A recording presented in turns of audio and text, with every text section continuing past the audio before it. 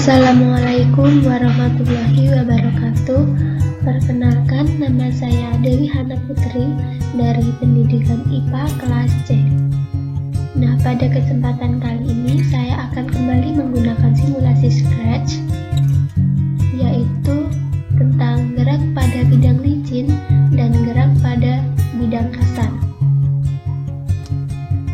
Nah, di sini di lembar kerja terdapat variabel-variabel dan kode yang akan digunakan. Cara kerjanya sama seperti simulasi yang sudah saya lakukan kemarin. Perbedaannya hanya pada variabel dan rumus. Nah, di sini variabel-variabel yang saya gunakan yaitu x0 yaitu min 180, y0-nya 44, v0 80, t-nya 0, f atau gaya 120, masanya 4,5. Nah, untuk mencari percepatan atau A digunakan rumus F per M. Kemudian ini juga sistemnya sama. Lalu yang membedakan di sini pada rumus untuk mencari XT digunakan rumus X0 ditambah V0 kali T ditambah 0,5 dikali A kuadrat. Selanjutnya Y0-nya sama, yaitu 44. Nah, di bawah sini ini juga sama seperti kemarin. Langsung saja kita lihat bagaimana pergerakan dari balok pada gerak bidang licin.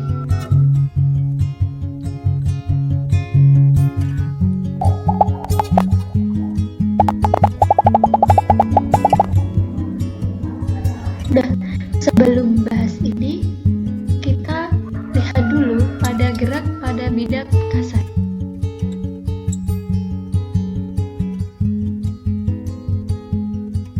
Nah, di sini juga sama.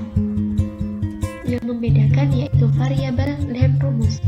Variabel yang digunakan ada x0-20, v0-nya 20, t-nya 0, kemudian nanti akan ditanyakan gaya, lalu masanya 15, gravitasi 10, dan koefisien kinetiknya 0.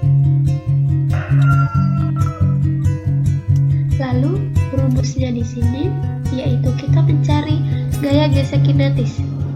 Nah, rumusnya ada koefisien kinetis dikali massa kali gravitasi. Kemudian percepatannya F dikurangi FK per M. Kemudian XT ada X0 ditambah V0 kali T ditambah 0,5 dikali A kuadrat. Kemudian di sini juga sama. Lalu kita lihat bagaimana pergerakannya. Gaya sama seperti pada bidang licin yaitu 120.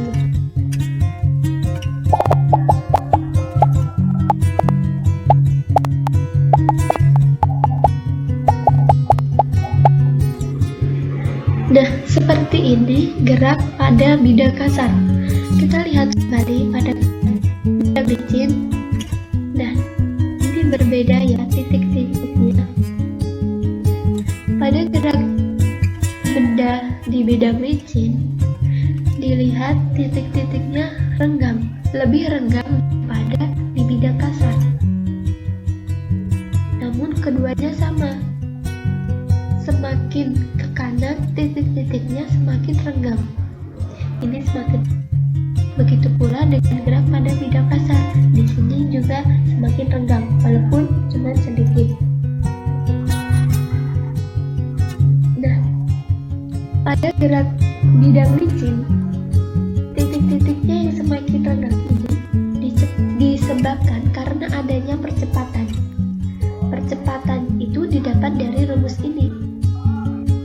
Gaya dibagi massa. Nah, oleh karena itu titik-titiknya semakin renggang. Artinya bendanya semakin ke kanan semakin cepat.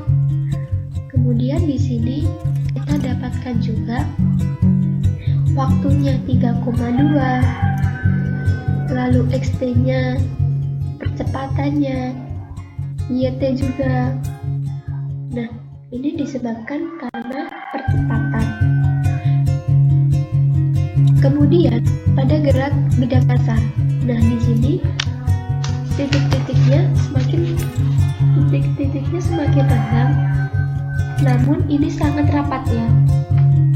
Nah, perbedaan dengan gerak pada bidang licin, karena pada bidang kasar ini terdapat gaya gesek, di mana gaya geseknya sudah kita cari tadi dengan rumus FK, yaitu koefisien kinetik dikali massa dikali gravitasi.